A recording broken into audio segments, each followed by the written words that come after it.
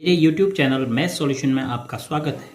यदि आपने अभी तक चैनल को सब्सक्राइब नहीं किया है तो प्लीज़ चैनल को सब्सक्राइब कर बेल आइकन का बटन जरूर प्रेस कर लें, जिससे कि गणित के किसी भी प्रश्न पर बनने वाली वीडियो अपलोड होते ही नोटिफिकेशन के द्वारा आप तक शीघ्र पहुँच जाए। प्रश्न संख्या 2 में दो भाग हैं। दिखाइए कि 10 48 अंश, 10 23 अंश, 10 42 अंश और 10 67 अंश का गुणनफल 1 के बराबर होगा। ऐसे ही दूसरा भाग है cos 38 अंश गुणा cos 52 अंश ऋण sin 38 अंश sin 52 अंश का मान 0 के बराबर होगा। तो पहला भाग बाईं तरफ हमें जो दिया है हम उसको हल करेंगे। तो 10 48 अंश, उसके बाद 10 23 अंश, कोई चिन्ह नहीं है तो बीच में गुणा का चिन्ह है, फिर 10 42 अंश और फिर 10 67 अंश। अब यहाँ पर आप पहले पहचान करेंगे कि कौन कौन से कोण पूरक कोण हैं। 48 अंश के लिए 42 अंश पूरक कोण हो गया, 23 अंश के लिए 67 अंश। तो हम 48 और 42 में से एक त्रिकोणमितीय अनुपात बदल देंगे, 10 48 और 10 42 में से किसी एक को बदलेंगे, और ऐसे ही 10 23 और 10 67 में से एक को बदलेंगे। तो हम शुरू के दोनों बदल देते हैं। तो 10 48 को हम क्या लिख सकते हैं, cot 90 ऋण 48 अंश, tan थीटा बराबर cot 90 ऋण थीटा, गुणा फिर 10 23 अंश को क्या लिखेंगे, cot 90 अंश ऋण 23 अंश। हमने दोनों बदल दिए। अब गुणा 10 42 अंश ऐसे ही रहने देते हैं और 10 67 अंश को भी ऐसे ही रहने देते हैं। अब घटा देते हैं 10 cot 90 में ऐसे 48 घटा के कितना बचेगा, cot 42 अंश गुणा cot 67 अंश गुणा 10 42 अंश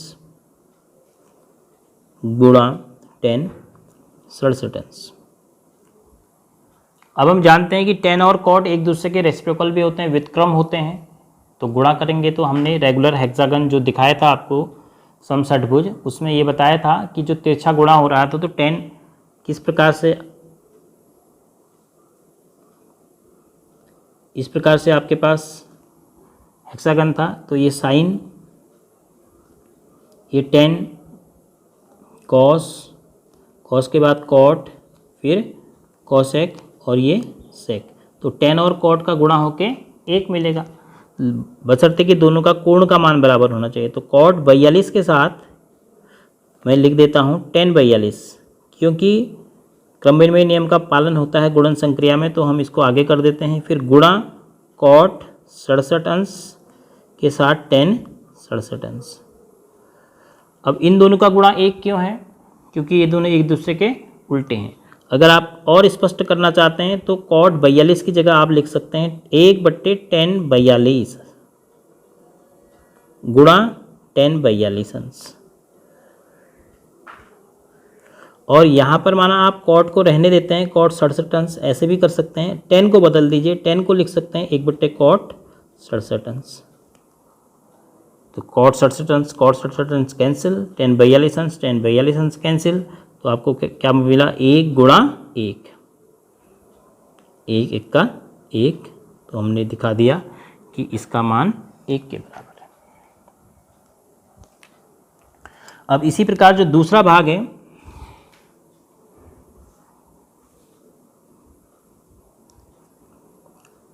cos 38 अंश cos 52 अंश ऋण sin 38 अंश और sin 52 अंश।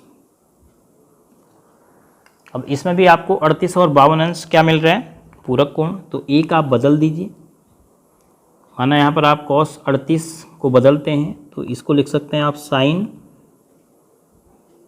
90 अंश ऋण 38 अंश और cos 52 अंश। फिर यहाँ भी 38 को बदल के आप इसको लिखेंगे cos 90 ऋण 38 अंश। 38 अंश को बदल रहे हैं तो उसी के त्रिकोणमितीय अनुपात को बदल दीजिए, sin 52 अंश। अब sin 90 में से 38 घटाएंगे तो आपको क्या मिलेगा, sin, क्योंकि हम 90 में से 38 घटा रहे हैं तो sin तो sin रहेगा, 90 में से 38 घटा के 52, sin 52 अंश cos 52 अंश ऋण यहाँ भी 90 में से घटा रहे हैं, तो कॉस 52 अंश साइन 52 अंश। अब देखो ये दोनों एक ही जैसी चीज़ हैं, जैसे एक चीज़ है a गुणा b, फिर ये b गुणा a, चीज़ तो एक ही है। आप आगे पीछे लिखो, 3 चक्को 12 लिखो या 4 तियाँ 12 लिखो, बात तो 12 ही आएगी। तो आप इसको लिख सकते हैं साइन 52 अंश कॉस 52 अंश, ऋण इनको आगे पीछे करेंगे तो साइन, गुणा में आप आगे पीछे कर सकते हैं, क्रमबिन्मेय नियम का पालन होता है, कॉस 52 अंश। दोनों एक जैसी चीज़ें, अब आप देख लीजिएगा ये और ये बिल्कुल एक जैसी चीज़ें, तो अगर आप घटा देंगे तो क्या मिलेगा, शून्य प्राप्त होगा। तो इस प्रकार हम दिखा पाएंगे प्रथम भाग और द्वितीय भाग को।